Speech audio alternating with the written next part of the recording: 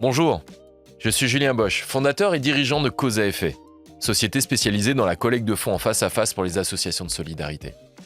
Bienvenue dans mon podcast Parole d'engagé. Dans le monde, c'est plus de 733 millions de personnes qui souffrent de la faim. C'est massif, c'est un chiffre terrible. En Afrique, c'est une personne sur 5 qui souffre de la faim. De façon générale, le don régulier est le type de don qui soutient la croissance de nos fonds privés. Et dans cette période qui est un petit peu compliquée pour Action contre la faim, c'est un vrai plus. Nous, sur le terrain, en Centrafrique, ils nous parlent du Z-Event. Parce que, bah oui, C'est incroyable. on a financé les programmes. Bonjour à tous et à toutes, bienvenue dans ce nouvel épisode de Parole d'engagé. Nous avons le plaisir de recevoir Vincent Créalet. Bonjour Vincent. Bonjour, Comment ça va ? ça va très bien et toi ? Bah écoute, impeccable. Donc, un grand plaisir de te recevoir ce matin. Déjà, ma première question, elle est assez simple. Qui es-tu ? Alors, je suis Vincent Créalet, je suis directeur de la collecte grand public d'Action contre la faim. D'accord. Et donc, si tu peux nous parler un peu de ton association, si tu peux nous la présenter, Action contre la faim, connue par beaucoup de gens évidemment, derrière le nom parle déjà, mais un peu plus concrètement. Action contre la faim, c'est une organisation internationale qui a été créée en 1979, donc qui commence à être un peu ancienne maintenant, et qui travaille dans environ 50 pays et qui vient en aide chaque année à 26 millions de personnes. D'accord. Un peu plus de 26 millions de personnes. L'objet de cette association, comme son nom l'indique, c'est de lutter contre la faim avec une approche holistique, globale de la lutte contre la faim, c'est-à-dire très rapidement l'accès à l'eau, l'accès à l'alimentation diversifiée et suffisante, bien sûr, mais aussi également les revenus suffisants, vivre dans des conditions qui soient suffisantes pour pouvoir vivre décemment et ne pas souffrir de la faim. Ça veut dire aussi notamment lutter contre les maladies liées à l'eau, les maladies hydriques, ce genre de choses. D'accord. Donc c'est à la fois la lutte contre la faim, urgence et développement. C'est à la fois urgence et développement. Ouais. Évidemment, en travaillant dans 50 pays, on est souvent présent dans des contextes d'urgence. Ces contextes d'urgence, ils se sont multipliés. Aujourd'hui, malheureusement, il y a une multiplication des conflits armés, il y a eu effectivement un accroissement du dérèglement climatique qui fait qu'il y a énormément de mouvements de population et on se retrouve rapidement dans des contextes d'urgence. Donc évidemment, nous on intervient sur les deux axes. Les deux axes sont importants évidemment. Il y a l'apport vital aux populations lorsque le besoin est le plus important, mais derrière, effectivement, il va falloir procurer aux populations la possibilité de sortir de la spirale de pauvreté et de pouvoir effectivement s'en sortir elle-même. Et sur le deuxième axe, donc l'accès plutôt à l'eau potable aussi, moi c'est un truc que je porte particulièrement, Ouais. aussi de faire en sorte que les gens puissent avoir des toilettes, c'est des trucs que l'on pense peu, mais vecteur de grandes maladies. Oui. Donc ça pareil, Action contre la faim, à fond sur ces sujets. On est à fond sur le travail autour de l'eau, de l'hygiène, effectivement tout ce qui concerne, oui, bien sûr, l'évacuation des eaux, les toilettes, etc. Et c'est un vrai sujet parce qu'aujourd'hui, c'est la première cause de mortalité. Et on trouve, nous, souvent, lorsqu'on va sur le terrain, on trouve des enfants parce que on soigne le plus souvent des enfants. Ceux qui sont victimes de la malnutrition, c'est principalement les enfants. Et souvent, ce sont des enfants qui sont malades. Et c'est pour ça qu'ils arrêtent de se nourrir. C'est parce qu'ils sont malades. Et souvent d'une maladie liée à l'eau ou des conditions indirectes d'une eau qui est de mauvaise qualité. C'est notamment la malaria, par exemple, la multiplication des moustiques. Voilà, ce genre de choses. Ouais, complètement. Et donc, là, ce que tu disais, c'est effectivement la première cause de mortalité des enfants de moins de 5 ans. Ce qu'on sait peu, en vrai, c'est la diarrhée. Donc, Absolument. Absolument. C'est les maladies hydriques. Donc, ouais. tu vois, nous, quand on a un enfant qui a un diarrhée, on est embêté, mais on donne un peu de smecta, etc. Ça repart. C'est vrai qu'aujourd'hui, c'est quand même la première cause de mortalité. Dans ces pays les plus en difficulté, on va dire, un enfant qui a la diarrhée, c'est un enfant qui est en danger de mort. Ce que les gens savent peu aussi, c'est que c'est quasiment un peu plus une personne sur 3 qui n'ont pas accès à l'eau potable. Nous, notre robinet, on a de l'eau potable, on trouve ça normal, mais le monde c'est entier une vraie est chance, effectivement en souffrance, en carence par rapport à l'eau. Ouais. Nous, on ne se rend pas compte. Clairement, on ne peut pas s'en rendre compte.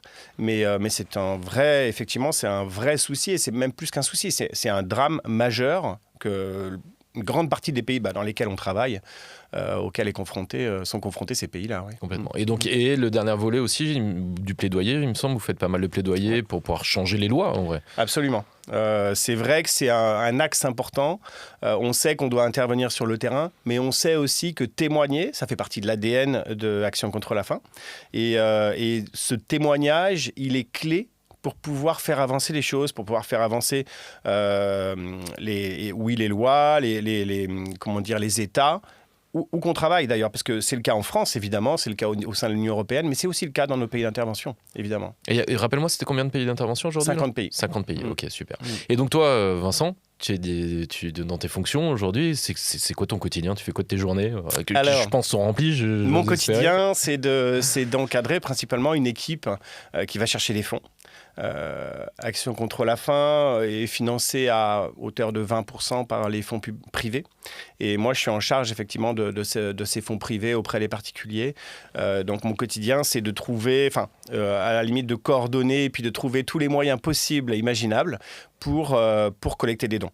Voilà. Donc c'est vraiment, on va des techniques les plus industrielles aux techniques les plus relationnelles, puisqu'on a un peu tout type de donateurs. On a des donateurs qui répondent à des mailings, on a des donateurs, évidemment, on a énormément de programmes de face-à-face. On travaille depuis maintenant 20 ans sur le face-à-face et c'est un axe majeur de notre développement. Peut-être on en reparlera. Et puis on a également des donateurs qu'on va appeler, la philanthropie, les grands donateurs. Et là, on est plus sur une approche très relationnelle du one-to-one. D'accord. Donc un peu tout type de donateurs. L'objectif, c'est que toutes nos actions, ça représente également des budgets importants, donc que toutes nos actions soient efficaces, rentables, puisque chaque euro dépensé va devoir avoir le retour sur investissement. On parle vraiment de retour sur investissement, puisque on parle de l'argent des donateurs. Bien sûr. C'est important. Et donc, si tu peux développer un peu les différents canaux qu'on peut avoir aujourd'hui dans la collecte de fonds, alors privé, public, on y reviendra après, mais déjà privé, il y a des grandes familles. Le canal traditionnel, c'est le papier. Ça, c'est le canal traditionnel. Ça a été le premier. Dans les boîtes aux lettres, quoi. Dans les boîtes aux lettres. Okay. C'est l'envoi de mailing. C'est marrant, ça a été importé des États-Unis. C'est effectivement une des figures du fundraising qui a importé ça des États-Unis il y a nombreuses années, je pense. Et en fait, c'est un réflexe ça s'adresse à une population qui était sensible à la vente à distance. C'est-à-dire que c'est la population qui était abonnée aux 3 Suisses, qui était abonnée... Certains ne connaissent même pas les 3 Suisses parce que c'est une question de génération, j'en suis désolé. Mais, je ne sais pas si ça existe encore d'ailleurs. Non, c'est pour ça que j'en parle. Okay. Donc les 3 Suisses, la Redoute existe encore, mais également des journaux plutôt tendance catholique comme La Croix, etc., qui existent encore, mais en tout cas les abonnements presse. Voilà. Des populations qui étaient abonnées, qui ont appris à connaître la vente à distance. Voilà. C'est cette population-là qui est aujourd'hui très âgée, souvent.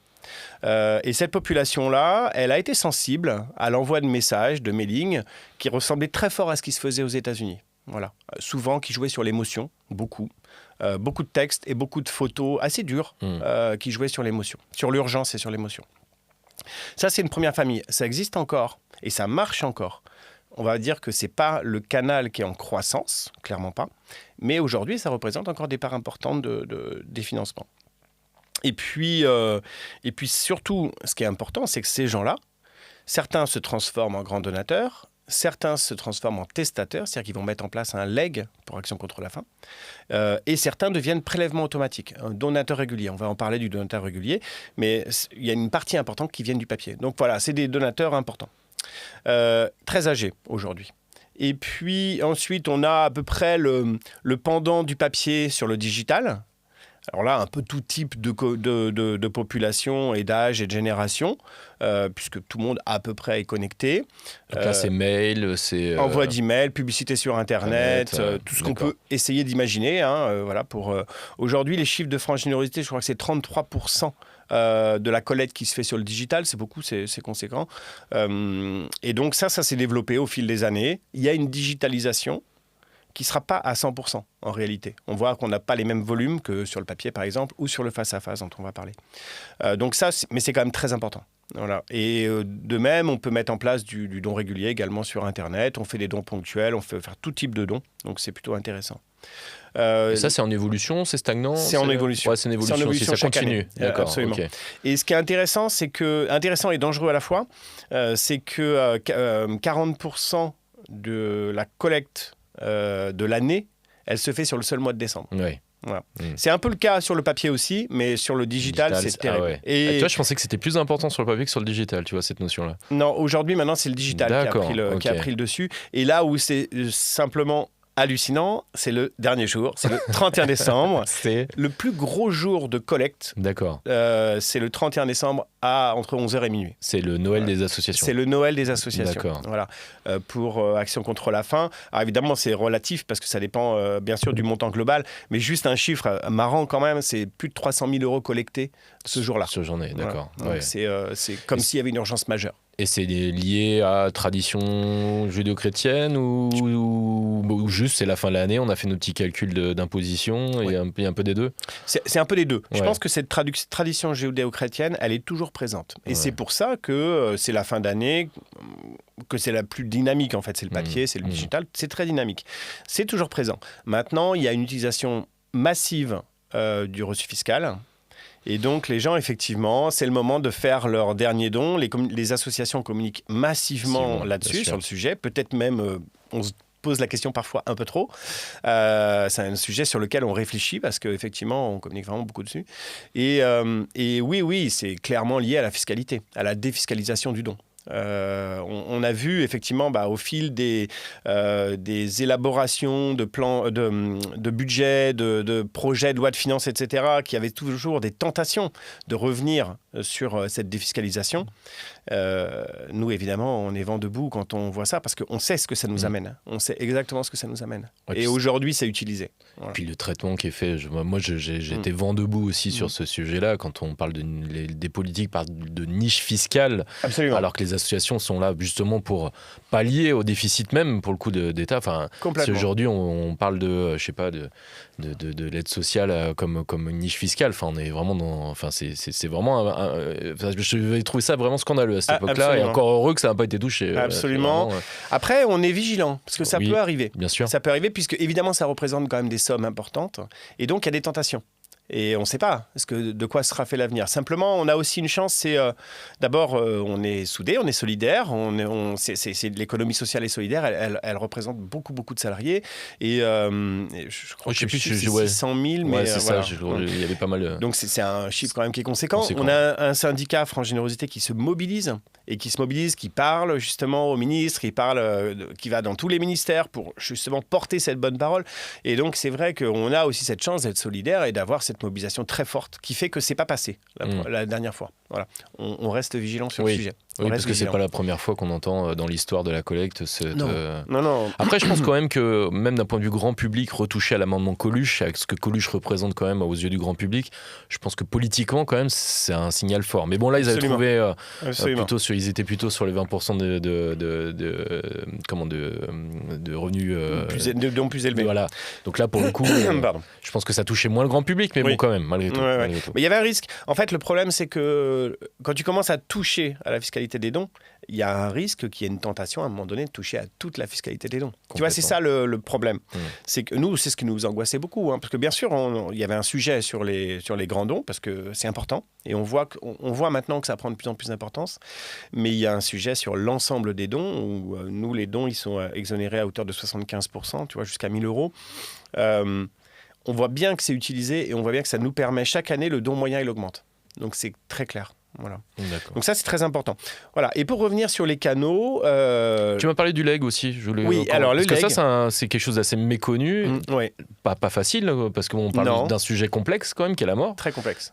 Comment est-ce que tu l'appréhendes, toi, dans ta stratégie ? C'est... très important dans notre stratégie parce qu'aujourd'hui, c'est un canal, ça reste un canal marketing, même si le sujet est difficile, qui est en augmentation, sur le marché de la générosité, parce qu'on a des populations qui vieillissent, des populations traditionnellement donatrices qui vieillissent, et qui dit des populations qui vieillissent dit aussi que certaines de ces personnes qui étaient donatrices se retrouvent seules.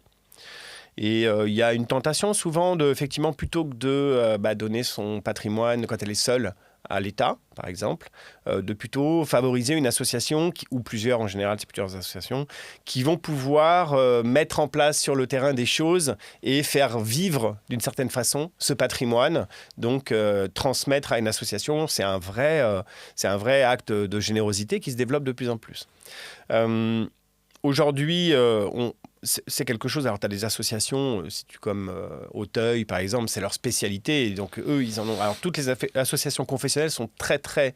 Reçoivent beaucoup de legs. J'avais vu Chien-Chat aussi. J'avais vu qu'il recevait c'est beaucoup. Oui, bien sûr. Bien sûr. Et nous, la solidarité internationale, c'est plus récent.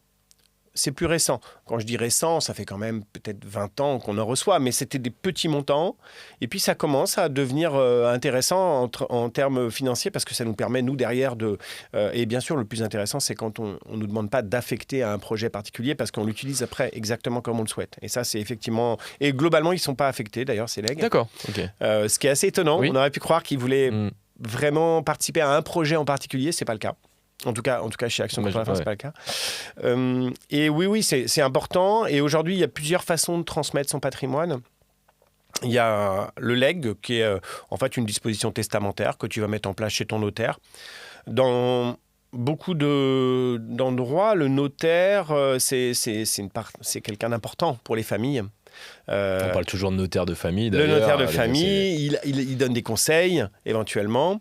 Il doit être absolument neutre, mais cela dit, il donne des conseils. Et donc, il est important qu'on soit présent à l'esprit des notaires, ça c'est très clair. Et puis, il y a d'autres façons aussi de le faire, et une façon qui augmente notamment beaucoup, c'est l'assurance vie. L'assurance vie, c'est le produit d'épargne préféré des Français. C'est un Français sur deux qui est détenteur d'un contrat d'assurance vie. C'est en augmentation chaque année. Et évidemment, c'est beaucoup plus simple. Il suffit de mettre dans ta clause bénéficiaire que tout ou partie de ton contrat va aller à l'association que tu décides de soutenir. Voilà. Donc, ça se développe énormément. Aujourd'hui, l'assurance vie est en train de prendre le dessus sur les legs. Ah oui, d'accord. Pour la simplicité. Et le prescripteur, aujourd'hui, c'est le banquier, en vrai. Alors, il n'y a plus de prescripteurs. On aimerait bien, nous, que le banquier soit prescripteur. Ça peut arriver dans les cas de banques privées ou des gens qui ont une relation particulière avec leur banquier. Là encore, je pense que c'est moins parisien pour le coup. C'est plus effectivement dans les régions où tu vas avoir éventuellement le banquier ou le courtier en assurance. Là aussi, peut être vraiment prescripteur. Donc ça, c'est quelque chose effectivement qui doit aussi se développer chez nous. Mais aujourd'hui, on n'utilise pas réellement ce réseau de prescripteurs, même si ça viendra. Mais oui, clairement, ça se... Alors nous, ce qu'on fait, on doit le faire savoir. Donc la première chose à faire, on a une grosse base de données, on travaille, on collecte des dons depuis longtemps maintenant, peut-être 30 ans, et donc on a une base de données qui est très importante. Donc déjà, le premier objectif, c'est de faire savoir à nos donateurs que les legs sont possibles au sein d'Action contre la faim, qu'on est habilité à recevoir, on est reconnu d'utilité publique, on est habilité à recevoir des legs. Voilà. Donc ça, c'est la première chose. Et puis ensuite, on utilise différents canaux, exactement comme pour la collecte digitale. On utilise Facebook majoritairement. Parce que finalement, les seniors, parce que c'est plutôt une population senior, sont très connectés. Voilà. Et Facebook, effectivement, fonctionne très bien. Voilà. Donc ça, c'est plutôt J'ai appris qu'on est senior à partir de 45 ans, ouais, ça m'a déprimé. Ouais. Je sais. Et c'est vrai que j'utilise que Facebook, enfin pas que. Non, mais je sais. Alors moi, on pense à des seniors un peu plus âgés, mais oui, je sais. Ouais. Je sais. Et ça m'a mis un sacré coup quand même. Voilà. Tu sais, au foot, on est vétéran à 33 ans, c'est terrible aussi. C'est terrible. Donc oui, bien sûr. Mais voilà, effectivement, on utilise beaucoup effectivement Internet. Okay. Puisque on s'adresse à une population qui est parfois seule, donc qui est très connectée et qui a besoin de conseils. Et ensuite, c'est vraiment une approche relationnelle. On parle avec les gens, on développe une relation de confiance, parce que c'est quand même terrible. On va parler effectivement de sujets qui sont angoissants. Voilà. Donc l'objectif, c'est un peu de démystifier aussi le sujet et puis que ces personnes aient confiance en nous. Alors évidemment, il y a un vrai sujet éthique où on fait très attention à qui on envoie, ce qu'il doit dire, ce qu'il ne doit pas dire, ce qu'on ne doit pas faire, etc. Et ça, c'est interne ou vous avez des gens formés en interne sur ce... Exactement. Parce que c'est vrai que c'est... Et sur un service leg, tout le monde ne va pas aller dans des relations face à face comme ça. Il y a une personne qui va le faire, qui est habilitée à le faire et qui est formée pour ça. Et c'est une relation de confiance après. Et après, les personnes nous appellent régulièrement. Il y a un lien qui s'est créé. Parce que ce qu'elles veulent savoir, ces personnes qui vont mettre en place ces dispositions, c'est quand même un choix difficile. C'est d'abord de savoir que ce sera bien utilisé, mais savoir aussi qu'on est là pour les écouter, pour les conseiller. On n'est pas juste là pour prendre leur argent. Voilà. Donc on est là. Voilà. Et on est là, on a une vraie relation. C'est d'ailleurs un peu compliqué parce que Ça peut c'est créer affectif. Oui, puis Voilà, ça peut donc, créer peut-être aussi des animosités dans la famille, ou vous le ressentez ça ou pas dans ça les, peut, dans les bien sûr. transmissions? Ouais, Ça peut tout à fait, parce que parfois on est légataire universel, donc c'est nous qui sommes en charge de ça. Donc oui, ça peut, Ouais. ça peut. On l'a pas trop ressenti jusqu'à présent, mais on est confronté, par contre, oui, aux conflits familiaux, parce que lorsque l'héritage doit être mis en place, oui, on est confronté à ces conflits familiaux. Et souvent, dernière chose là-dessus, c'est qu'on est souvent plusieurs bénéficiaires des legs, plusieurs D'accord. associations. Ouais. C'est Donc, rare d'avoir qu'une seule C'est association. assez rare. Ouais, C'est assez d'accord. rare. Les gens aiment bien. C'est un peu comme la façon de donner. Ils aiment bien donner à plusieurs associations. Voilà. Et aussi, ce qui est intéressant aussi, dernière chose là-dessus, c'est que on pourrait penser que ce sont des gens qui viennent de notre base de données tout court, quoi. Ils nous ont soutenus toute leur vie et ils continuent à nous soutenir. Et en fait, non, il n'y en a que la moitié qui viennent de chez nous. C'est vraiment surprenant. Les autres Ouais. arrivent par un autre biais. Voilà. Donc, parfois par nos communications, hein, ça, bien sûr, c'est le cas. Mais parfois, on ne le sait même pas. On le découvre. Voilà. On C'est le hyper découvre. intéressant parce que c'est vrai que c'est un côté, en tout cas, du don qu'on connaît pas, connaît peu en vrai. Quoi. Absolument. Et puis, c'est un sujet difficile. C'est un sujet difficile à la fois d'en parler avec les donateurs, mais même, j'ai envie de dire, même dans le monde de la collecte, c'est quelque chose qu'on parle assez peu. En vrai. Assez peu. Ouais, complètement. Assez peu, exactement. Ok. Et donc, autre canal de collecte aussi, téléphone, je suppose? Alors, on fait beaucoup de téléphones. Ouais. On en a fait beaucoup. Je dirais qu'on en fait peut-être un peu moins. Parce qu'il y a eu quand même l'âge d'or du téléphone dans les années 90. 90 non, plutôt 2000, je dirais, l'âge d'or pas 90, 2000.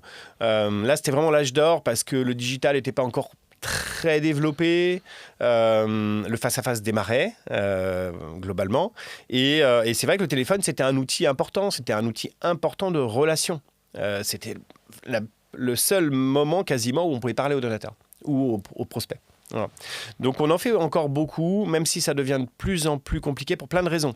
Des raisons réglementaires, Complètement, ce que j'allais dire. qui bloquent quand même Ouais. beaucoup.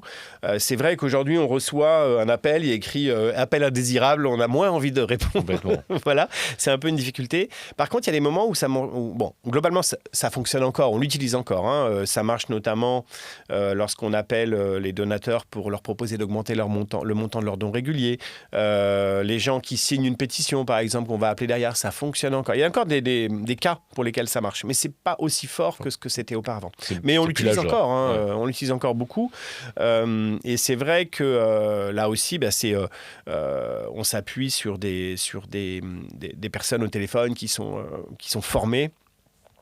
Qui vont distiller le message, qui connaissent bien l'objet social de Action contre la faim, qui sont capables de répondre aux objections. C'est important. Aujourd'hui, quand on appelle quelqu'un, c'est comme quand on le rencontre dans la rue. Il va avoir des objections. C'est sûr. Clairement. Bien Voilà. sûr. Donc il faut pouvoir lever ses freins, il faut pouvoir répondre aux objections. On est dans un climat quand même un peu compliqué, socialement, économiquement, politiquement. Donc de toute façon, ces sujets-là, ils vont revenir. Donc ils reviennent au téléphone, ils reviennent en face à face dans la rue. Et donc il faut des gens qui soient capables à la fois d'être d'une parfaite neutralité, c'est important aussi, et de pouvoir répondre sur tous les sujets, y compris sur l'objet social, bien sûr, et les pays d'intervention et l'intervention d'Action contre la faim. Donc le téléphone, oui, encore important. Et puis, enfin, le dernier canal dont on n'a pas encore parlé, c'est le face-à-face. Ouais, c'est ce que j'allais y venir, Ouais. effectivement. Donc, vous êtes quand même connu aussi dans le secteur pour avoir un vrai développement important du face-à-face sur les différents canaux. Donc, on a le porte-à-porte, les sites privés, la rue. Et c'est une vraie stratégie d'Action contre la faim basée pour aller chercher de nouveaux donateurs réguliers. C'est une vraie stratégie. C'est notre principal canal de développement. Alors, de façon générale, le don régulier est le type de don qui soutient la croissance de nos fonds privés. D'accord. Et dans cette période qui est un petit peu compliquée pour Action contre la faim, c'est un vrai plus. C'est un vrai plus. Et oui, c'est une vraie stratégie. Depuis maintenant presque 10 ans, on a augmenté chaque année les investissements sur la collecte en face-à-face. Et c'est vrai que c'est absolument majeur pour nous parce qu'il n'y a pas de canal aujourd'hui qui permette d'apporter un volume aussi important de donateurs. Et ça a aussi un autre avantage, c'est que ça nous permet de toucher un public qui est plus jeune. Plus jeune, bien sûr. Et qui potentiellement continuera à être les donateurs de demain. Bien sûr. Voilà. Donc c'est vraiment important, ça nous permet nous de toucher toutes les générations. Avec le papier, on touche les plus anciens. On va dire que le digital, On touche ceux qui sont entre les deux et toutes les générations, mais c'est vrai que dans la rue, on est plutôt sur un public plus jeune. Alors en porte-à-porte, on est sur un public un peu plus âgé, mais on va dire soit on va appeler des matures, soit des très jeunes seniors, voilà, parce que tu parlais des seniors à 45 ans, des très jeunes seniors. Mais c'est vrai que c'est bien, on va chercher un public plus jeune. Et puis aussi, il y a le produit, puisque moi je suis quand même un marketeur donc au départ, mais le produit à la base du don régulier, il est important parce que le don moyen, plutôt le montant global donné sur l'année est beaucoup plus important que ce qu'on donne par chèque ou par carte bancaire lorsqu'on fait un don sur Internet. Et ça c'est un vrai enjeu, c'est un vrai plus pour une organisation comme nous, parce que non seulement c'est plus rentable, plus efficace, c'est plus rentable, mais c'est aussi plus efficace, puisqu'on va dépenser beaucoup moins d'argent également, puisqu'on ne va pas envoyer des mailings pour aller chercher les dons, et on pourra en plus planifier nos dons. Nos collègues de l'année. Donc, ça veut dire que pour faire un budget pour l'année prochaine, mais pas que pour l'année prochaine, on fait des budgets à 3 ans, c'est beaucoup plus simple. Et ça porte cette croissance. Donc oui, il y a une vraie stratégie d'intensification de nos programmes de face à face. Et on essaye de diversifier énormément. C'est-à-dire d'être présent un peu dans tous les types de canaux. Tu l'as cité, effectivement, on est présent dans la rue, bien sûr, de façon traditionnelle. Et ça, c'est un peu comme ça que ça a commencé. Enfin, c'est comme ça que ça a commencé. Mais également maintenant dans les sites privés, dans les centres commerciaux, les supermarchés. Et puis, en porte-à-porte, on a commencé cette collecte il y a peut-être 2-3 ans.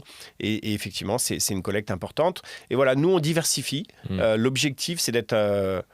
que ce soit un levier majeur de notre collecte de fonds, que ce soit un levier majeur de notre recrutement de donateurs. Et de votre indépendance aussi. Et de notre indépendance financière, qui est justement qui est clé dans cette période trouble. On y reviendra tout de suite après dans notre grande question, effectivement. Voilà. Je vais revenir un petit peu sur toi, Vincent. Donc, moi, j'avais une question à te poser, c'est ce que je pose à tous mes invités.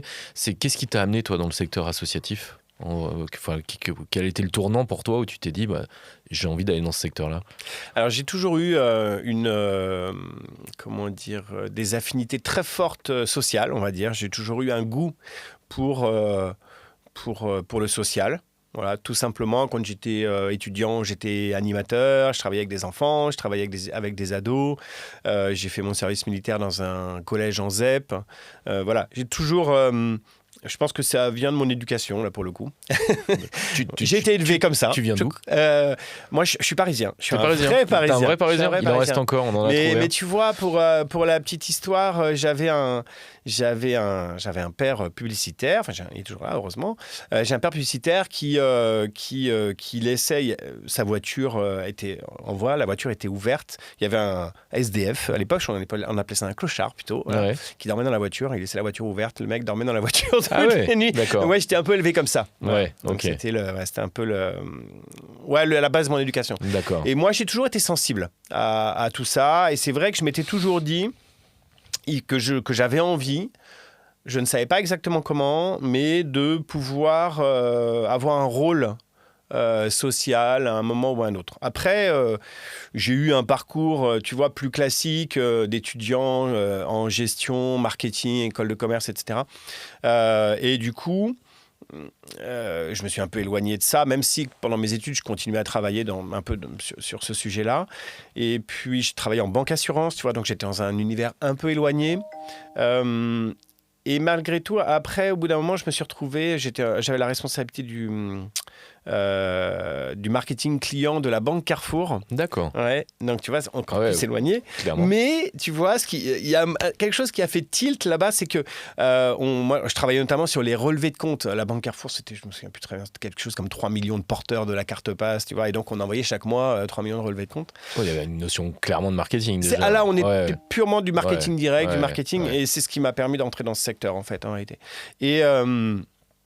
Et en fait, il y avait une fondation chez Carrefour. Et moi, je poussais à chaque fois pour mettre... En fait, il y avait des espaces publicitaires sur notre relevé de compte. Tout le monde se les arrachait, les promotions de tel produit, les magasins se les arrachaient. Et moi, je poussais à chaque fois pour faire passer les messages de la fondation Carrefour. D'accord. Voilà. Pas toujours avec réussite, parce que c'était pas vraiment la culture locale. Aujourd'hui, je pense que la fondation Carrefour, clairement, elle a pris beaucoup d'importance. Elle a pris de l'importance au sein de Carrefour aussi, notamment. Et c'est vrai qu'elle... aujourd'hui, il y a une vraie... Enfin, les entreprises sont vraiment à fond sur ce sujet-là. Et aujourd'hui, nous, on s'appuie énormément sur les entreprises. Bien sûr. Mais à l'époque, c'était pas vraiment le cas. Ouais. Et à l'époque, les concurrents, c'était les magasins. Pour ça. Voilà. Donc, mais en tout cas, c'était marrant parce que c'était une première approche. Et puis, ça m'a titillé quand même. Je suis resté 3 ans chez Carrefour. Et je tombe un jour sur une annonce pour Médecins du Monde qui cherchait un responsable marketing, quoi. Je me dis, mais c'est dingue. C'est pas possible. Je regardais le descriptif.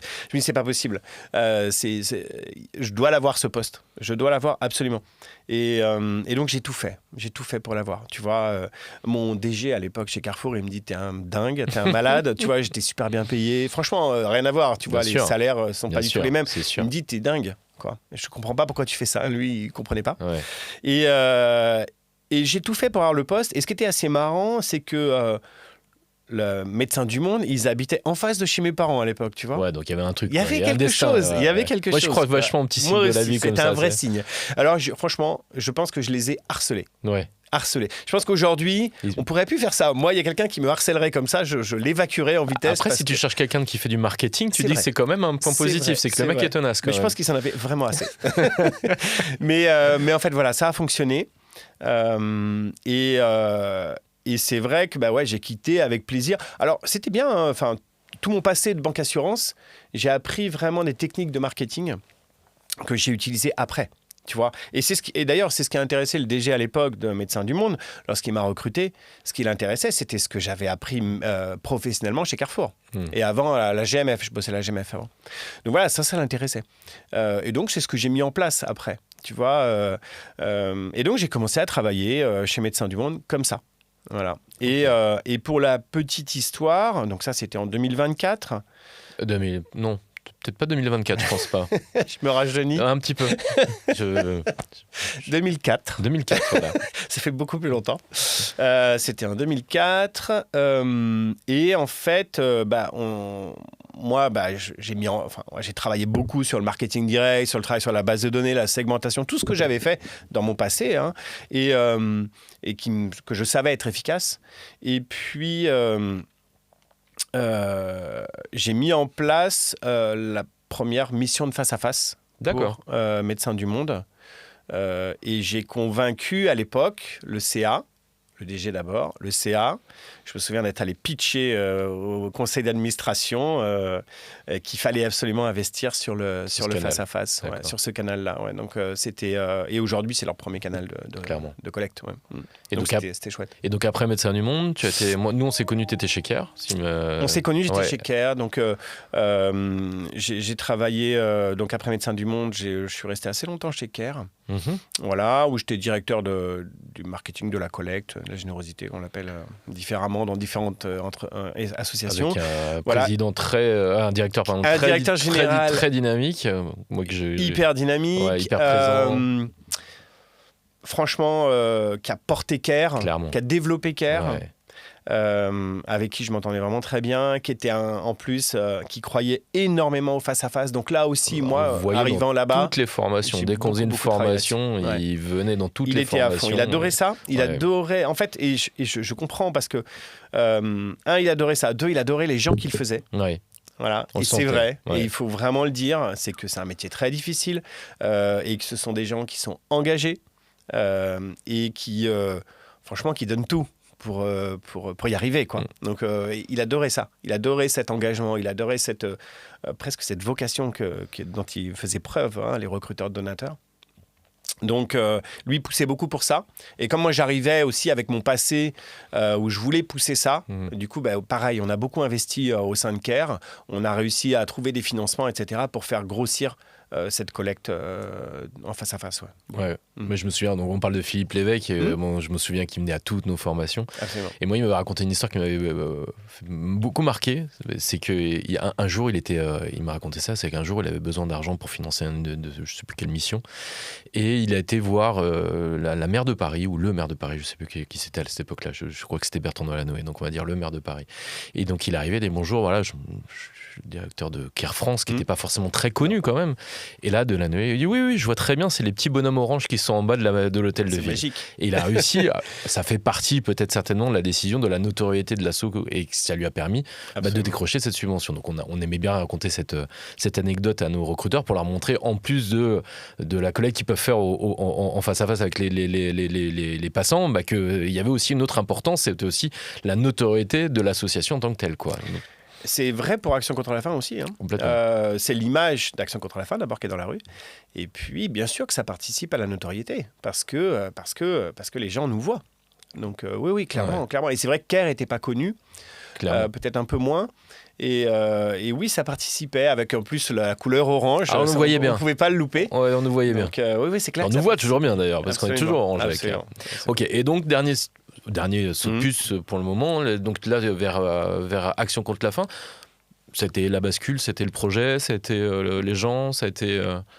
Alors, c'était en fait, après CARE, je suis parti aux États-Unis pendant 2 ans. On va en reparler un petit peu après, c'est ma petite question d'après. Et en fait, lorsque je suis revenu, je prévoyais de revenir. J'ai commencé à chercher dans le secteur, effectivement, un poste pour retrouver un poste à mon retour. Et ça s'est fait. Il se trouve qu'il cherchait quelqu'un à ce moment-là chez Action contre la faim. C'était assez marrant. Là aussi, en fait, moi, j'ai eu la chance, ça a beaucoup fonctionné au coup de cœur aussi. CARE, ça a été le cas. Ça a été un coup de cœur avec Philippe Lévesque, je pense, on peut le dire. Et puis, et aussi avec l'association. J'avais une image de l'association qui était ultra positive. Voilà, ultra positive. Et Action contre la faim, bien sûr, on est un peu, avec CARE, on était un peu cousins, tu vois, comme avec Médecins du Monde, on se connaît quand même assez bien. Et c'est vrai que, voilà, finalement, par connaissance, j'ai entendu parler de ce poste. J'ai postulé, j'ai eu un rendez-vous avec les RH depuis New York. Là. Enfin, moi, j'étais à New York. Sur Skype à l'époque, c'était pas Teams. Et voilà, très bien, etc. Puis finalement, j'ai eu un rendez-vous avec Jean-François Riffaut, qui était directeur communication développement à l'époque. Et là, on n'arrivait plus à se quitter, quoi. On a dû se parler pendant 2 heures sur Skype, tu vois, et c'était encore une fois un coup de cœur. Je pense que c'est exactement ça. Lui, il avait l'impression d'avoir la personne qui l'attendait. Il y avait beaucoup de difficultés à l'époque. Donc, j'arrivais avec un challenge chez Action contre la faim. Et puis, moi, je me retrouvais beaucoup dans ce qu'il me disait. Je sentais qu'il y avait quelque chose qui passait réellement très bien. Et je pensais que l'enjeu était intéressant, quoi. Et finalement, il est venu à New York. Ah oui, d'accord. Ouais, parce qu'on a Action contre la faim, on a un siège à New York. Oui, d'accord. Il a profité d'une visite au siège. Pour me rencontrer. D'accord. Voilà, là encore, on a fait 2 heures, on est resté 2 heures ensemble, on voulait plus se quitter. Et finalement, du coup, c'était une histoire aussi de personnes. D'accord. Et c'est devenu assez évident. Et ça fait aujourd'hui 8 ans que j'y suis. Ça fait déjà 8 ans. Ça fait 8 ans. Ouais. Je suis sur ma 9e année. Waouh. Qui l'eût cru? Parce que je ne suis jamais resté aussi longtemps dans un poste. Mais effectivement, je suis attaché à cette organisation. J'ai la chance d'avoir une équipe aussi assez vraiment géniale. Alors que ça tourne, il y a des nouveaux. Voilà, mais j'ai une belle équipe. Okay. Voilà. Et donc, si on revient sur ton épisode américain, donc tu es parti là-bas, on s'était contacté à cette époque-là d'ailleurs, où tu étais, j'avais l'impression que tu étais dans une maturation, il y avait des choses un peu, j'avais l'impression que tu étais un peu parti là-bas aussi pour voir un peu comment ça se passait sur place. En fait, je suis parti, alors c'était un contexte familial. D'accord, donc on est parti en famille, tu vois, avec les enfants en bas âge, mon épouse qui avait été, qui avait trouvé un poste là-bas. Et c'était un peu une aventure familiale, quoi. Et moi, je suis parti là-bas et en fait, j'ai commencé à faire du conseil lorsque j'étais à New York. Et du coup, de fil en aiguille, j'ai fait du conseil notamment beaucoup pour... j'ai accompagné CARE notamment. D'accord. Voilà, pendant 1 an, ce qui était plutôt sympa, ce qui était bien parce que c'était, je quittais ce poste et puis moi j'ai continué à les accompagner un peu. C'était bien pour moi parce que ça me mettait aussi... ça me lançait dans cette nouvelle dimension de conseil. Et puis eux, je les accompagnais comme ça, la transition elle était un peu en douceur. Et puis finalement j'ai travaillé pas mal avec des organisations françaises, j'ai travaillé avec les agences françaises, j'ai travaillé avec le HCR, avec les UN aussi, enfin voilà, je travaillé avec différentes organisations, j'ai adoré ça, parce que travailler sur tous ces sujets différents, c'était pour moi mais vraiment épanouissant. outre que la vie là-bas était intéressante pour moi, tu vois. Et puis, du coup, j'ai pu observer, effectivement, j'étais un peu un observateur privilégié du fundraising aux États-Unis, et plus largement de la générosité. J'avais monté un blog où j'écrivais des articles justement sur la générosité. Je les lisais, donc voilà, très bien. T'étais un abonné, voilà. Super. Voilà, donc sur la générosité aux États-Unis, parce qu'effectivement, j'ai découvert, d'abord on le sait, la majeure partie de ce qu'on a vu ces 20 dernières années en France, ça vient des pays anglo-saxons. Et l'autre partie, celle qui vient pas de là, elle vient des pays du Nord, je pense face à face notamment, tu vois.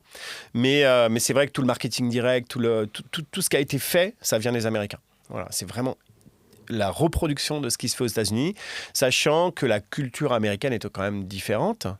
Et c'est ça qui m'a passionné, moi. C'est que moi, on a souvent beaucoup de... Enfin, quand on ne les connaît pas, voilà, les Américains, on a souvent beaucoup d'a priori. En France, on entend souvent beaucoup d'a priori sur la population américaine, sur les excès, sur... En réalité, quand on le vit, il y a... Enfin, d'abord, globalement, c'est des gens qui sont très attachants et tu trouves beaucoup de choses hyper intéressantes. Oui, il y a des excès, oui, il y a des écueils, on en a tous, notre culture française en a aussi. Complètement. Mais il y a plein de choses hyper intéressantes et notamment alors sur la générosité, ils estiment qu'ils doivent rendre à la société ce qu'elle leur a donné. Ils appellent ça le payback, c'est-à-dire que tout le monde, c'est une culture là-bas qui vient d'ailleurs de la culture protestante, puisqu'elle était majoritairement la culture américaine. Tout le monde estime qu'on doit donner.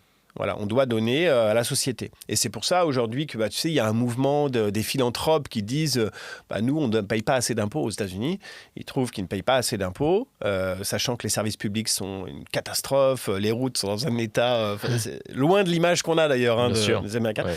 Et ils trouvent qu'ils ne payent pas assez d'impôts, qu'ils devraient, eux, financer beaucoup plus à la hauteur de ce qu'ils gagnent. Voilà. Et c'est général. C'est général. Et ça, c'est vrai que c'était quand même vraiment étonnant. J'ai découvert ça. Moi, ça m'a beaucoup attiré. Je trouve qu'il y a cette culture, elle est intéressante. Et il y a aussi une culture de l'argent avec ses écueils. Mais il n'y a pas de tabou par rapport à l'argent. C'est pas trop notre cas. C'est l'opposé de ce que nous, on vit en réalité. Hein. Et moi, ça me plaisait, ça, parce qu'effectivement, c'était marrant de discuter avec des gens. C'était dur, leur vie. Hein. La vie à New York, moi j'étais à New York. La vie de ceux qui ne sont pas aisés à New York, elle est vraiment dure. Un chauffeur de taxi, bosser 20 heures par jour. Enfin, c'est ça, leur vie. Ils ont 2 métiers. Voilà. Mais jamais ils ont critiqué des grandes fortunes, jamais ils ont critiqué des philanthropes, jamais. Non, au contraire, ils étaient plutôt intéressés, ils étaient, admiratifs des réussites. Voilà. Alors, si les Américains, ils sont comme ça, c'est un peu aussi un excès, mais il n'empêche que c'était intéressant. Et donc, sur la culture du don, bien évidemment, tout est fait pour que le don se développe. Vraiment. Et notamment, tu vois, dans des contextes... Moi, je suis parti des États-Unis. C'était la première fois que Trump était nommé président. Ouais. Et évidemment, il est arrivé, il a tout coupé, tout le planning familial, toutes les subventions aux associations, notamment environnementales. Enfin, voilà, il a coupé énormément de choses. Et la générosité aux États-Unis, elle n'a jamais été aussi forte. Elle n'a jamais été aussi forte. Donc, c'est un vrai acte politique de donner là-bas. D'accord.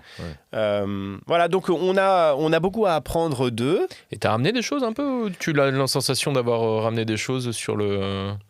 Oui, alors en fait... Là, aujourd'hui, ça t'a imprégné Ça m'a beaucoup imprégné. Ouais, ça m'a beaucoup imprégné. Tu le vois sur quelle thématique ? Ça m'a beaucoup imprégné. Alors déjà, moi, j'ai poussé beaucoup à l'époque pour le Giving Tuesday. Oui, tout à fait. C'est marrant et je suis content de voir qu'en France ça se développe parce que là-bas c'est majeur. Voilà, ça c'est porté par l'AFF ici. C'est porté par l'AFF. C'est pas du tout moi qui l'ai porté, mais ouais. J'ai été actif. J'étais est-ce que c'est presque 10 ans administrateur de l'AFF ou 8 ans, je crois que c'est 8 ans les mandats. 4 ans et 4 ans. Oui, donc moi je suis très impliqué au sein de l'AFF.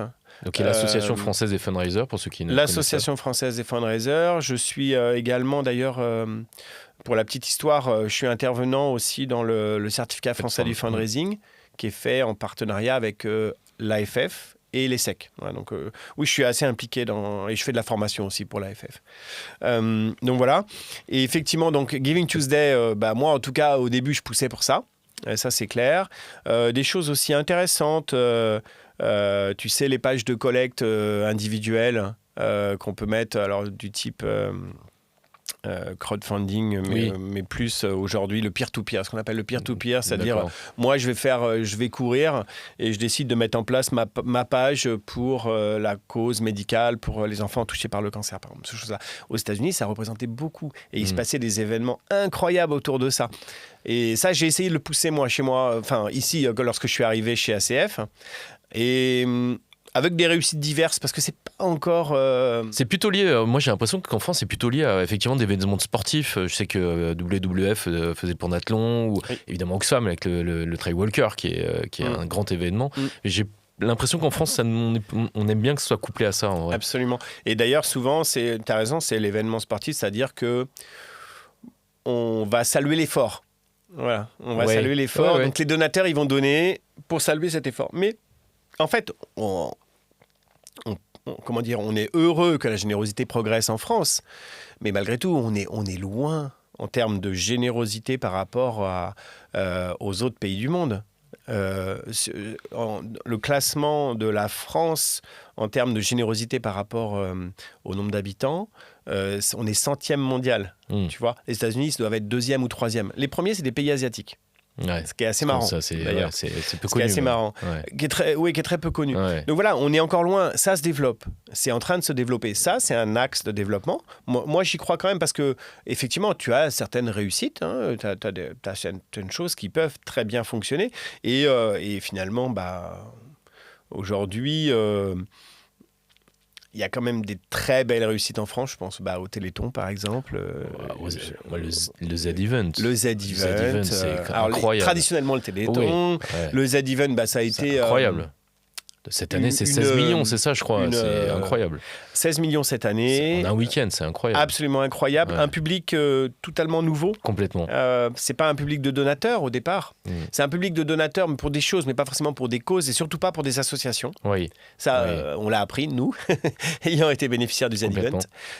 C'était génial. Voilà. On est pris dans une spirale incroyable. Un week-end pas toujours simple.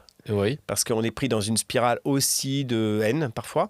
On l'a vécu, parce que qui dit une forte présence dans les réseaux sociaux, qui dit une forte présence sur Twitch, qui est suivie parfois, il y a plus d'1 million de personnes qui étaient connectées, dit aussi beaucoup de gens qui se lâchent sur les commentaires, quoi. Et vous, c'était je me souviens plus, mais il me semble que c'était l'année où justement il y avait eu un peu de critiques. Non, c'était pas sur votre année. C'était l'année d'avant. Mais nous, on a été critiqués. Oui, bien sûr. Nous, on a été critiqués et ça a été dur. On s'était préparé, mais on a quelqu'un qui a travaillé tôt le week-end, simplement à répondre aux commentaires. Oui.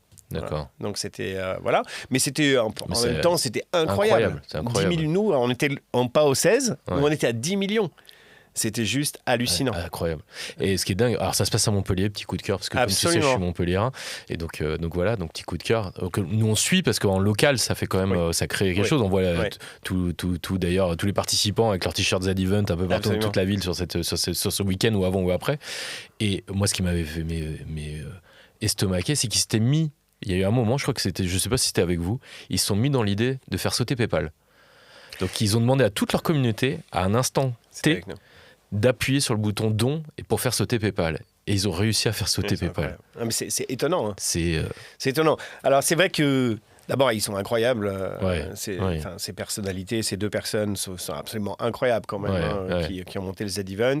Cette communauté, elle est étonnante. On la connaissait pas. Enfin franchement, moi c'est pas ma génération et c'est vrai qu'on a découvert une communauté. Complètement.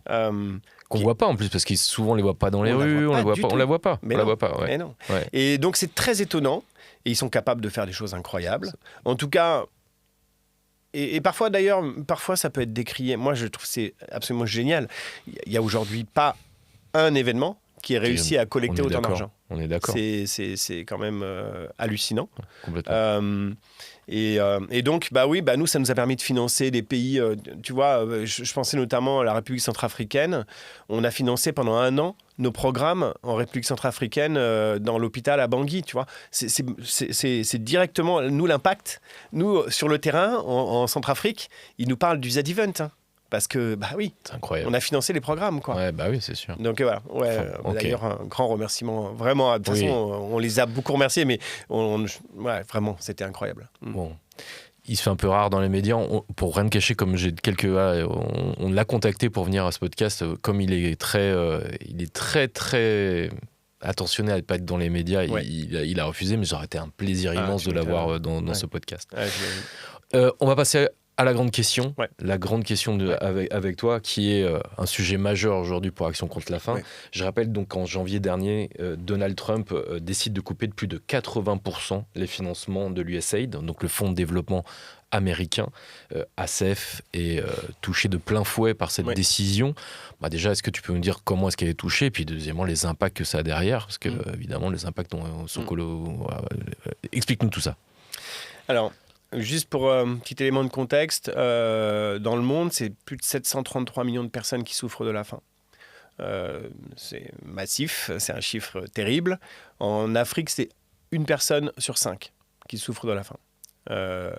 Et donc, on est dans une situation qui est de toute façon critique, extrêmement délicate. Je parlais de la RCA là, juste à l'instant, République centrafricaine, tu as plus de 2 millions de personnes qui sont dans une situation d'extrême vulnérabilité, on va dire critique, voilà, en danger de mort. En RDC, dont on parle très peu, en République démocratique du Congo, et pourtant il y a la guerre là-bas, il se passe des choses terribles. C'est plus de 20 millions de personnes qui sont dans une situation d'extrême vulnérabilité. Et ça, malgré ces situations terribles, les financements ont diminué. Le plan d'aide humanitaire de l'ONU, il est passé de 44 milliards à 29 milliards de dollars. Et ça, c'est la conséquence directe de la baisse des financements américains, voire de l'arrêt des financements américains. Ça a été un peu comme un tsunami. Hein. On s'est pris ça du jour au lendemain. Du jour au lendemain, les Vous aviez eu des alertes ou pas, ou Aucune. C'est vraiment, ça a été d'une violence... vraiment impressionnant. Et d'ailleurs, l'agence USAID, qui était l'agence qui finançait, a fermé, tout simplement. Ah oui, donc d'accord. Les contrats ont disparu. Voilà. Ok. Plus de contrats, plus rien. Et les États-Unis finançaient 42% de l'aide humanitaire mondiale. C'est juste massif. Et en réalité, ça ne revenait qu'à 1% du budget des États-Unis. Donc même l'économie, en réalité, qui a été faite par rapport à ça, elle est mineure, elle est marginale. Donc les impacts vont être terribles, et ils ont été terribles. Pour l'économie américaine, l'impact il est quasi marginal. Sur l'impact global, ça a été des fermetures de missions. Alors on peut parler d'Action contre la faim, mais on peut parler du secteur globalement. Complètement. Des fermetures de missions, des médicaments qui sont devenus payants dans beaucoup de pays. Ça a été pour Action contre la faim, des enfants qu'on ne pouvait pas prendre en charge, des parents qui nous emmenaient des enfants. Non, on ne pouvait pas parce qu'on n'avait plus. On ne pouvait plus continuer. Ça a été effectivement dramatique dans de nombreux pays. Il y a une étude du Lancet qui a été publiée il y a quelques semaines qui évalue à 14 millions de morts supplémentaires l'impact des mesures américaines à horizon 2030. Donc tu vois, c'est pas non plus un horizon hyper lointain, 14 millions de morts en plus. Voilà. Et donc, on va le voir, nous on le voit déjà, on le touche du doigt, mais effectivement ça va être important, hein. Les impacts vont être importants. Alors pour Action contre la faim, oui, c'était 30% de nos financements publics. Donc 30% de votre budget global. Du budget global, ouais. C'est colossal. C'était colossal. Et effectivement, quand ça... Alors après... Certains financements sont arrivés quand même, il y a eu beaucoup de négociations, etc. Mais globalement, on a perdu énormément d'argent. Et ça change effectivement nos perspectives, et notamment nos perspectives de financement, très clairement. Et donc, la première chose à faire, c'est réussir à tenir la route, à tenir le choc. Après un drame pareil, parce qu'on peut parler de drame réellement, donc tenir le choc. Le secteur a été ébranlé quand même, vraiment. La solidarité internationale, mais pas que, la recherche, le sida, il a tout coupé pour le sida, sur la recherche pour le sida. Voilà. Donc, première chose, c'est de tenir le choc, essayer de se recentrer, essayer de trouver des diversifications, essayer de trouver de nouvelles sources de revenus pour amenuiser le plus possible l'impact de ces coupes. Donc, chez ACF, effectivement, ça a beaucoup tangué. Ça veut dire, bon, là on peut y une mettre année les mots, compliquée. On peut y mettre les mots. Une année Il y a compliquée. carrément On a coupé plans des sociaux. Il y a plan social ou pas? Enfin, non, c'est une forme de plan social ou pas? Aujourd'hui, il y a des. En tout cas, il n'est pas encore. En tout cas, il y a un travail sur le sujet, mais il n'est pas c'est encore évident. mis en De toute place. façon, tu es obligé de. On n'a pas le choix, on doit couper les fonds. On doit couper les coûts, Voilà. bien sûr. De toute façon, on dit toujours quand une entreprise a mal, et pareil pour une association, c'est quand tu soit as un bilan, programme voilà, qui s'arrête sur le terrain, c'est ça. tu es obligé de licencier les gens sur le terrain, typiquement. Tu vois, t'es obligé tu fermes une mission. Voilà. Et c'est le cas. Et psychologiquement, là, les équipes au siège, etc., là, ça a été très difficile. J'imagine bien, ouais. Ça a été très difficile. On a en fait, tu sais, c'est un peu comme la courbe du deuil. C'est-à-dire que tu vois, d'un coup, tu descends, mais vraiment, tout le monde était vraiment tout en bas. Et surtout les équipes qui travaillent avec le terrain. Et puis petit à petit, tu commences à accepter les choses, à travailler, etc. Et puis ça commence à remonter. Et moi, ce que je ressens aujourd'hui, c'est beaucoup de... Même s'il y a de l'inquiétude, oui, c'est clair. Mais beaucoup de résilience. Je trouve que tout le monde est motivé, beaucoup de solidarité. Je trouve qu'il n'y a jamais eu au siège autant de solidarité qu'il y en a aujourd'hui. Et que tout le monde se serre les coudes. Voilà. On travaille tous les uns pour les autres. Tout le monde se serre les coudes. On essaye de faire le mieux possible pour que l'impact soit le plus faible possible. C'est ça, aujourd'hui, qui nous mobilise. Voilà. Alors moi, à mon niveau, et mon équipe, à notre niveau, c'est évidemment de collecter le plus de fonds possible. Encore plus performant, quoi. D'augmenter le montant de nos... Et du coup, ça veut dire aussi bien diriger nos investissements. Et là, on a parlé du face-à-face. Le face-à-face, c'est clairement un levier important, et le prélèvement automatique globalement, mais un levier important de développement de nos fonds privés. Mais ça veut dire aussi aller chercher des grands donateurs, ça veut dire aller chercher des fondations. Parce que... Et ça, on va dire, c'est le côté positif de la chose. Oui, c'est comme dans toutes les crises. Moi, tu sais, on a vécu le Covid. Voilà. Nous, on a vécu le Covid. Face à face Covid, autant dire que ça va pas ensemble. Alors, sous le coup, c'est un tsunami. Mais quand tu te retournes après coup, tu te rends compte finalement que c'est cette période-là qui t'a fait le plus évoluer et pour lesquelles tu as su déjà qui étaient tes amis, qui étaient tes ennemis déjà, premièrement. Et deuxièmement, moi, je me retourne sur cette période-là. J'ai une petite cerne en plus quand même, mais malgré tout, c'est assez positif comme période finalement. Quand en tout cas, tu te réinventes. Complètement. Tu te réinventes. T'es obligé d'essayer de te réinventer. Ouais. Et la résilience, puis t'as pas le choix. T'as pas le choix. Et là, moi, je trouve, je suis assez, comme tu l'auras compris, je suis assez attaché à cette organisation. Bien sûr. Mais je suis assez épaté par les gens, par les salariés, sans parler j'en parle aussi un petit peu après, mais j'en parlerai, je pense, un peu après, mais les donateurs, les bénévoles, il y a une communauté qui nous suit, quoi. On a une communauté, quoi. Et je suis assez épaté par, effectivement, l'énergie là, déployée. Actuellement au sein d'Action contre la faim pour sortir de cette crise. Vraiment, c'est très réjouissant quand on y travaille. Vraiment, c'est très réjouissant. Et c'est vrai qu'on voit aujourd'hui, on arrive à avoir des fondations qu'on n'avait pas auparavant, qui viennent, qui nous soutiennent. On a des donateurs qui sont là aussi. On développe d'autres leviers. On essaye d'aller chercher des fonds, quoi. Tu sais que moi, je suis un ancien recruteur donateur, j'ai commencé comme ça. Et j'ai travaillé beaucoup pour Action contre la faim. Et ma principale motivation quand j'avais des petits coups de mou, parce qu'il y a des moments où c'est difficile, c'était de penser à cette personne qui est devant un centre de renutrition d'enfants et de me dire que par mon travail, il était capable que quand tu avais une femme qui arrivait avec son enfant, d'être capable de lui dire « oui, j'ai les moyens de prendre en charge ton enfant ». Et je me mets à la place de cette personne qui est obligée de lui dire non aujourd'hui. Terrible. Par le fait qu'il n'y a pas le financement. Et surtout à cette femme qui a cet enfant et qui Enfin, moi, c'est quelque chose qui m'a motivé pendant des années à faire le travail que je fais aujourd'hui. Et là, encore plus du fait de cette coupe de budget, c'est vraiment prenant, quoi. Et c'est là où tu te dis qu'il faut vraiment qu'on se mobilise tous, toute la communauté autour de cette problématique et donner le plus de moyens possible pour que les assos puissent sortir de ce mauvais pas, quoi. Complètement. Et j'espère que ce n'est que temporaire. On espère aussi. Et en tout cas, on travaille à se réinventer, voilà.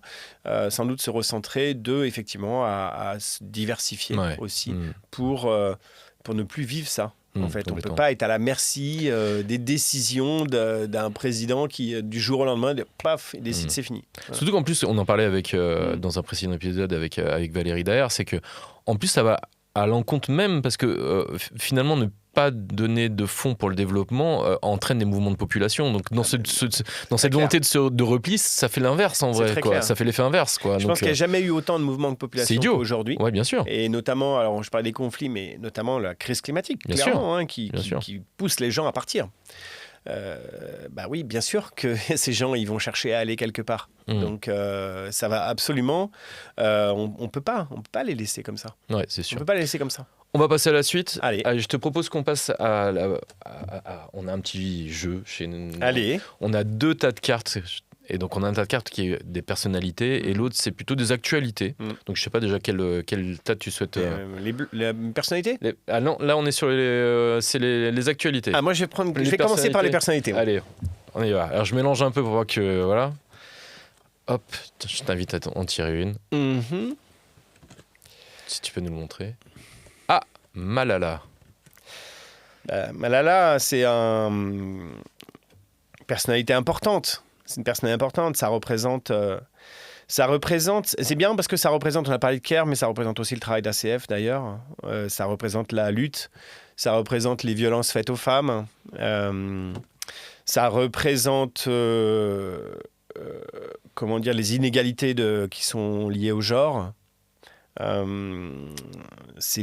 On parle aussi, effectivement, ça me fait penser aussi à aujourd'hui ce qui se passe en Afghanistan, ce qui se passe au Pakistan. Mais en fait, si on parle de l'Afghanistan, avec le retour des talibans, ça me fait effectivement penser à ça.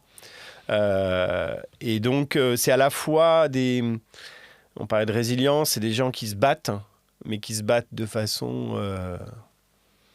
incroyable. C'est-à-dire que c'est vraiment un courage absolu. C'est le courage absolu. Ouais. Et à la fois qui sont face à l'obscurantisme, qui sont face à des personnes qui bloquent une population, qui bloquent un pays et qui empêchent tout développement, justement. Donc, heureusement qu'il y a des personnes comme ça qui se battent. Ouais. Et puis, heureusement qu'il y a des Malala. Et il y en a d'autres, d'ailleurs. Et aussi jeunes, surtout, c'est aussi ça. Moi, je trouve que c'est tellement beau de voir cette jeunesse engagée. Absolument. Tu as raison, il y a aussi cet aspect-là, c'est la jeunesse. Et sans doute que, d'ailleurs, on se dit souvent ça dans des crises politiques comme ça, enfin des crises de ce type-là. C'est la jeunesse qui va permettre de sortir de la crise. Et c'est aussi ce qu'on espère pour ces pays. Mais en tout cas... nous, on travaille en Afghanistan, on travaille au Pakistan, on travaille dans tous ces pays-là. C'est pas toujours facile, c'est même extrêmement compliqué. Mais les associations ne doivent pas lâcher. Parce que c'est pas parce qu'à un moment donné, il y a un changement de régime et que ce régime-là, on a beaucoup de mal on sait ce qu'ils font, voilà. Et on sait justement comme ils promeuvent les inégalités de genre, voire la mise au banc de la société des femmes. Pour autant, il ne faut pas lâcher, quoi. Il faut continuer à bosser avec eux. Il faut essayer de faire passer des petites victoires. Nous, on travaille avec des femmes, par exemple, en Afghanistan, et on a réussi à continuer à travailler avec des femmes, ce qui était incroyable. Elles n'ont plus le droit de travailler, par exemple. Voilà. Donc, Malala, respect, grand respect. Il y avait on en parlait de Philippe Lévesque qui me disait aussi que c'était quand il faisait des partenariats entreprises, il disait que c'était beaucoup plus facile de faire un partenariat avec des entreprises où c'est déjà fait, où c'est déjà engagé, et beaucoup plus difficile de le faire avec des entreprises justement qui sont plus complexes. Mais par contre, l'impact était bien plus important dans ces entreprises. Et c'est un peu la même chose en vrai. Je pense qu'il faut continuer justement encore plus dans les pays difficiles. Oui. Il faut être encore plus présent. C'est là où on a le plus gros impact. On ne doit pas lâcher. Bien sûr. On doit absolument pas lâcher. Et surtout que là aussi, l'Afghanistan extrêmement touché par la coupe des aides américaines. Bien sûr. Effectivement... qui n'est pas une grande notoriété aujourd'hui dans l'appel de fonds publics. Donc, c'est-à-dire que le grand public aujourd'hui, on dit Afghanistan, c'est pas là où ça répond le mieux, effectivement, sur les appels de dons aussi. Hein, et pourtant, les besoins sont immenses. Colossaux. Immenses. Et je mets ensemble Afghanistan-Pakistan. Alors, j'avais un humanitaire qui me disait tous les stands. C'est un peu ça. C'est pas faux. Parfait. Avant de passer à la fin de ce podcast, alors je pose une question à tous mes invités. Ouais. On est donc parole d'engagé, donc c'est aussi savoir pour toi qu'est-ce que c'était l'engagement, qu'est-ce que ça représente pour toi l'engagement d'une manière globale. C'est une vaste question. Oui, c'est une vaste question. L'engagement, c'est vrai qu'il s'exprime énormément de niveaux. Et pour moi, l'engagement, c'est personnel, c'est extrêmement personnel.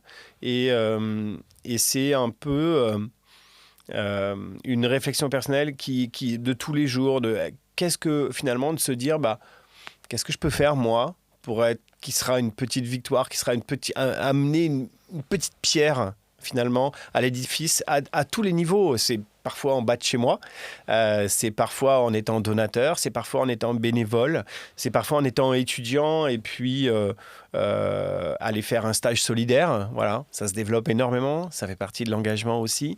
Ça peut être aussi via ton entreprise, ça peut être... c'est qu'est-ce que je peux faire, moi, pour aider ? Voilà. L'engagement, tu parlais de Coluche tout à l'heure. Moi, je suis de la génération, effectivement, qui a bien connu Coluche. Enfin, bien connu, en tout cas, je l'ai aimé, quoi. Et c'est un peu le symbole de l'engagement, quand même, Coluche, quoi. C'est qu'est-ce que je peux faire pour me mettre, moi, à la disposition de ceux qui en ont besoin. Okay. Voilà. Et c'est un petit peu comme ça que je vois l'engagement. Ok. Une dernière question aussi. J'aime bien poser cette question à mes invités. Est-ce qu'il y a un événement dans ta carrière, dans le domaine associatif, qui t'a profondément marqué? Alors, on a parlé de donateur, je pense qu'il y en a peut-être un autre, qui t'a profondément marqué, qui a marqué finalement aussi et qui a encore plus renforcé ton engagement. Alors, il y en a deux. Je vais aller vite, mais il y en a deux. D'accord, vas-y. Ouais. Avant que je travaille dans ce secteur, l'événement, moi, qui a fait que j'ai eu envie de travailler dans ce secteur, c'est le Rwanda. D'accord. Des images terribles. On l'a vécu en direct. Sûr. On l'a vécu en direct et je ne comprenais pas qu'on puisse pas faire quelque chose pour ça. Mais ça a marqué. Et ça a marqué encore. Lorsque j'ai commencé chez Médecins du Monde, j'allais assister à des conférences sur le sujet, etc. J'étais tout le temps bouleversé, tout le temps. Tu vois, même là, j'en parle, j'ai un peu de mal. Bon. Et puis après, voilà, c'est le premier. Et puis après, j'ai commencé en 2004 chez Médecins du Monde. Quelques mois après, tsunami en Asie du Sud-Est. Oui. Là aussi, on le vit en direct. Énorme. Des images atroces, vraiment énormes. Un drame absolu. Complètement. Et un nombre de victimes complètement hallucinant. Un nombre de victimes hallucinant. Ouais. Et puis c'est vrai qu'en plus, on l'a vu. Ouais. Puis ce qui était dingue, en plus, c'est ce qu'on a vu, c'était l'instant T, oui. Mais c'est le après. Parce que toute la reconstruction qu'il y a derrière, c'est tout ce qui a suivi derrière, qui était encore plus horrible, presque, j'ai envie de dire. Dévasté.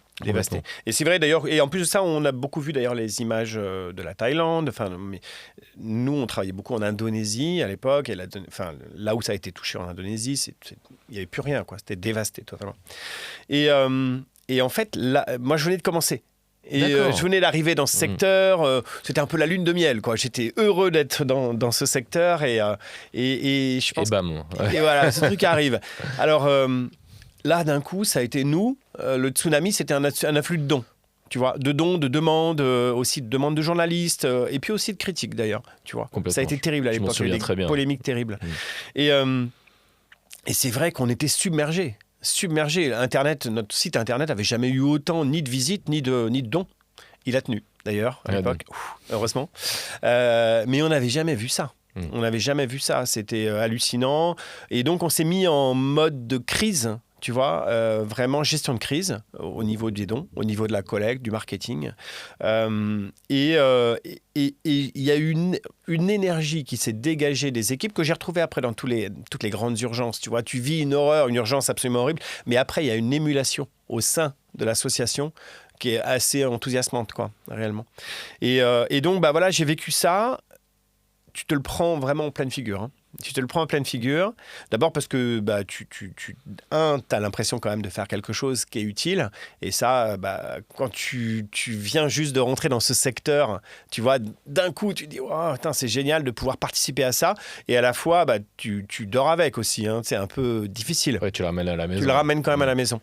Et donc, je pense que ça m'a surtout... ça a été une période compliquée. Voilà. Mais ça m'a appris beaucoup. D'un coup, tu vois, j'ai appris le fonctionnement de ce secteur. J'ai appris aussi les écueils qu'il peut y avoir. J'ai appris les polémiques aussi qu'il pouvait y avoir. Moi, je me souviens de ces polémiques autour de l'utilisation des dons. Je peux te dire que Médecins du Monde, on était loin d'avoir assez d'argent, quoi. Tu vois, tout simplement. En plus, après le traitement médiatique, il est aussi très particulier. C'est ça. Nous, on avait les journalistes tous les mois. J'avais les journalistes sur le plateau des dons tous les jours, quoi. Moi, je me souviens de cette époque-là, c'était aussi... alors, moi, j'étais dans la rue. Et ce qui est assez drôle, c'est que pour le coup, on n'avait pas eu de fluctuation de collecte, nous, dans la rue. C'est-à-dire qu'on ne trouvait pas plus de donateurs qu'à l'habitué, en vrai. Nous, on n'a eu qu'une seule fluctuation, finalement, dans la rue, c'était sortie des attentats. La sortie des attentats, on l'a vraiment senti. Alors, nous, on l'a senti comme ça, mais c'est le seul... augmentation. Mais les actualités ont assez peu d'impact, finalement, sur la collecte en face-à-face. Absolument. Mais bon. Oui, c'est vrai. C'est assez étrange, d'ailleurs. C'est étrange et à la fois, je dirais tant mieux parce que ça subit moins la crise. Complètement. Mais c'est vrai que oui, alors par contre, le papier, le digital, c'est énorme. Explosé. Des afflux de dons incroyables. Et puis aussi des gens qui vont demander aussi des comptes. Bien sûr. Mais c'est intéressant, justement. Les gens vont attendre un retour. Voilà. Et donc ça a été hyper enthousiasmant, cette période-là. J'étais très touché par ce qui se passait. De toute façon, comme tu l'as compris, moi, le Rwanda, toutes ces crises humanitaires, elles me touchaient énormément, profondément. Donc, évidemment, touché par ce qui se passait. Mais du coup, j'étais heureux de travailler là-dedans parce que j'avais l'impression de pouvoir agir à mon niveau. Donc, c'était génial. Donc, ça m'a vraiment conforté sur le choix que j'avais fait, tu vois, et quelques mois auparavant, d'avoir quitté mon salaire de la banque assurance. Mais non, j'étais très heureux de l'avoir vécu. Formidable. Ouais. Avant de se quitter, est-ce que tu as déjà... Je connais déjà la réponse. Tu as déjà croisé un recruteur donateur? Tu t'es déjà arrêté? Bien sûr. Bien sûr, j'ai même mis en place un don régulier. Bon, formidable. Et alors, voilà, il y en a qui vont nous regarder. Quel message tu peux leur passer à ces recruteurs de donateurs? Alors, vraiment, moi, je les remercie. Enfin, bien sûr, je les remercie, mais il n'y a pas que ça. Moi, je suis admiratif. Je suis admiratif, vraiment. Je suis admiratif du travail que vous faites. Je suis admiratif de l'énergie que vous pouvez déployer. C'est un métier difficile.